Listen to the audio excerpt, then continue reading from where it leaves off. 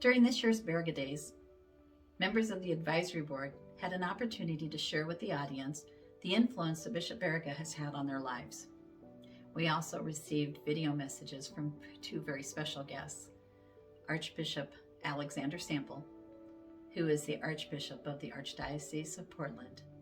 He was the former bishop of the Diocese of Marquette, and Archbishop Hebda from the Archdiocese of St. Paul, Minneapolis. Both of these gentlemen have been strongly influenced by their predecessor and carry with them as they continue to minister to their flock the tools and teachings of Venerable Bishop Baraga. We hope you enjoy. I came to know about Bishop Baraga when I was a baby bishop, a brand new bishop in the Diocese of Gaylord. As I read Bishop Baraga's diaries and really considered the phenomenal ministry that he accomplished as a young bishop, I was inspired to go even further in my own generosity and in striving to do the Lord's will in all things. Certainly Bishop Baraga faced situations and conditions that are much more difficult than what we know in 2021. And so he remains for me a great inspiration for perseverance in ministry. I certainly think that Bishop Baraga is a role model not only for bishops, but for all Catholics. He's important for all of us, I think, as we consider how it is that God continues to show his love for his people, often through the ministry of his priests and bishops, and indeed by all of those who are involved in ministry. Bishop Baraga's example really inspires us to persevere in recognizing that there is only one thing that's important, and that's to do the Lord's will, to sit at the feet of the Master and to allow his teaching to touch our hearts.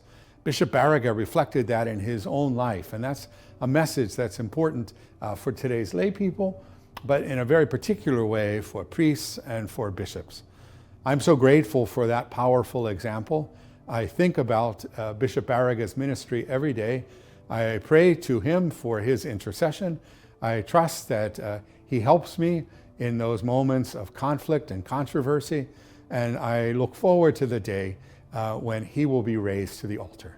Thank you. My dear brothers and sisters, my dear friends in the Diocese of Marquette, and all of those gathered from all over for this year's Bishop Baraga Days celebration. From far away, I am joined with you in my heart. Bishop Baraga means so very much to me. I remember when I received the call that I was going to be the next Bishop of Marquette, the first thing I did after receiving that call was go and pray before our Lord in the Blessed Sacrament. But then I immediately went to the tomb of Bishop Baraga, realizing that I was going to be his successor, his very unworthy successor. And I prayed for his intercession there, and I felt his closeness to me all during my time as your bishop, and I still feel closeness to him now. His picture still hangs above my desk. Bishop Baraga means so much to all of us.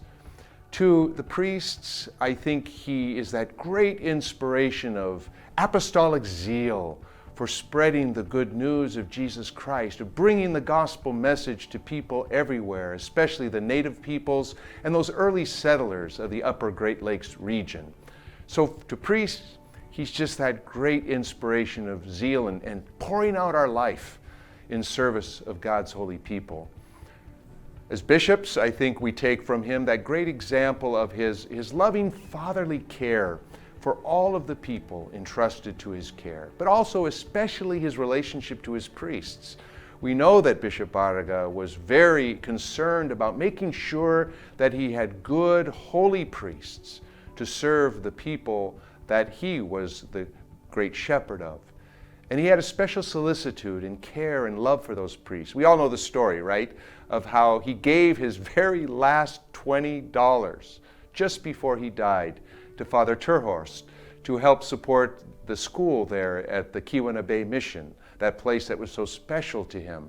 This shows that great love and concern he had to support the priests. And so I think a bishop can really learn from that.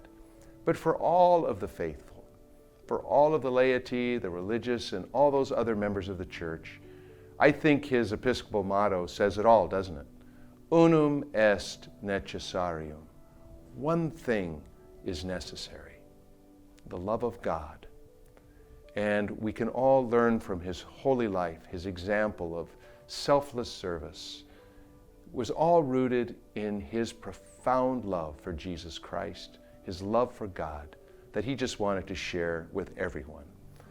My brothers and sisters, I so wish I could be with you for this year's celebration, but I look forward to that day when I can join with all of you when we have that great celebration of beatification. Thanks to all of you for your support of the Bishop Baraga Association, and please know that you're all in my prayers. God love you.